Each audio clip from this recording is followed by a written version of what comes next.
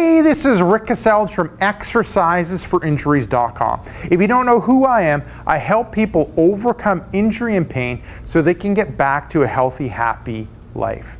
Now, in this video, I wanted to go through a question that I ended up getting in the Exercises for Injuries secret group. And what the secret group is, it's a place where people that are going through my programs can go get questions answered by me, interact with other people that are going through the program that they're going through or other programs, and also get feedback from my friends that are in the health and medical field.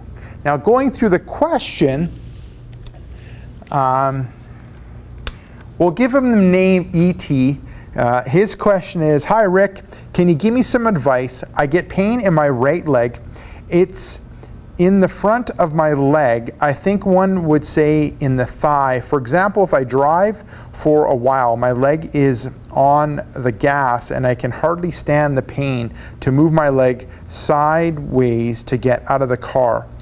First I thought it was coming from my low back. Then I thought maybe it's coming from my knee. Now I think maybe it's from my hip. I'm 72 and have some arthritic changes in my lower back and right knee. As seen on x-ray, have not had x-rays done on the hip. What do you think might be helpful? Thank you, E.T. So E.T., thank you very much for the question. And once again, it's difficult to exactly know without you being here in front of me. From what you've explained there, it might end up being a hip issue that's going on. And I wanted to give you 3 things that you can end up doing to address that hip tightness, that front of the thigh hip tightness. So the first one ends up being back arches. And I'll get Sheena to demonstrate. So you're standing, feet are a little bit wider, so about shoulder width apart, a little wider, a little wider. There we go, good. Your hands you're gonna put kind of on your seat, and then you're gonna end up arching back. There we go. And then relaxing, and then trying to go progressively further and further back. Good. And looking at doing like 5 repetitions. Good. And what we're doing here is we're dynamically stretching the front of the hip, working on, rectus femoris and other hip flexors going on. What we're also doing is working on the mobility of the back, so loosening up the back. That ends up being the first exercise. So 1 set of 5 repetitions, smooth controlled movement with kind of a hold at the end position. Now the second exercise I would end up getting you to do is a standing hip flexor stretch, and Sheena's going to demonstrate it. So I use the wall. You end up using the wall in order to eliminate balance because we want to focus on the stretch. We're not worried about balance. You got a nice, you've taken a nice big step. Toes are pointing straight ahead.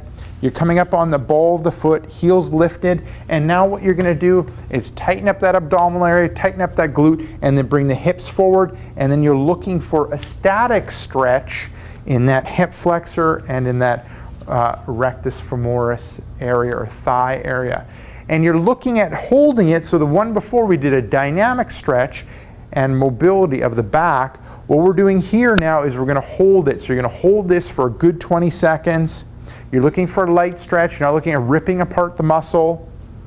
And you're looking for a light stretch. And now you do it twice on that same side, or even better would be twice on each side, just kind of alternating back and forth.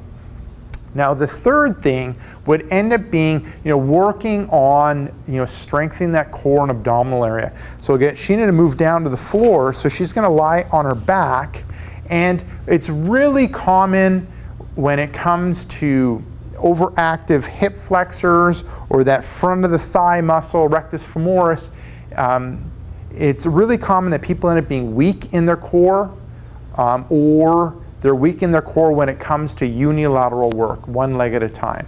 So we want to spend some time working on that, working on strengthening the core while working on leg movement.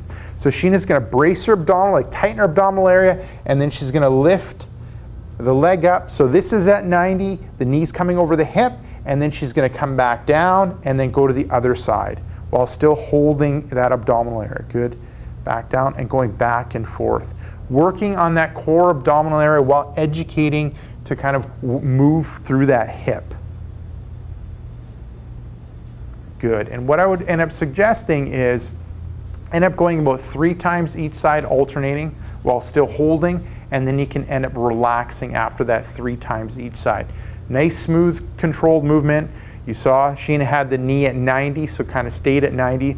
The bulk of the movement ended up happening at that hip, and that abdominal area stayed tight the whole time, while the curve in her lower back stayed the same. She didn't flatten it out like a crunch. So perfect. I'll get you to stand up, Sheena.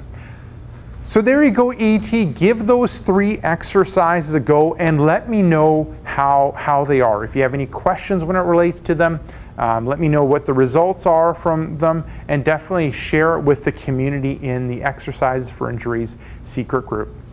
So there you go. This is Rick Kaselj from exercisesforinjuries.com.